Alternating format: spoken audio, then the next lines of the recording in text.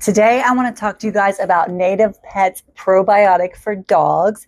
This is the packaging that it comes in. It's like a metal tin can kind of thing. Really cool, definitely different. First of all, love the look, okay?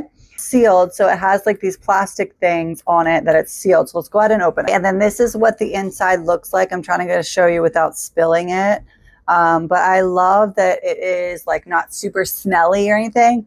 It does have a smell to it, but it kind of smells like protein powder, if that makes sense. But yeah, that's what it looks like. And it says that 1 scoop is a half a tablespoon, and that is 1 serving size. The ingredients in this, I love that it has beef broth, dehydrated organic pumpkin seed, and a bunch of other stuff. And I love that it's made in the USA. I also love that it comes with this little topper thing here as well to make sure that it does stay like closed, because it is like a powdery substance. But literally all I do is I do 1 serving size on top of my dog's food and it's good to go. It's super easy to add into their daily diet because you just put it on top of their food. So overall, yes, I would recommend this product for your dog.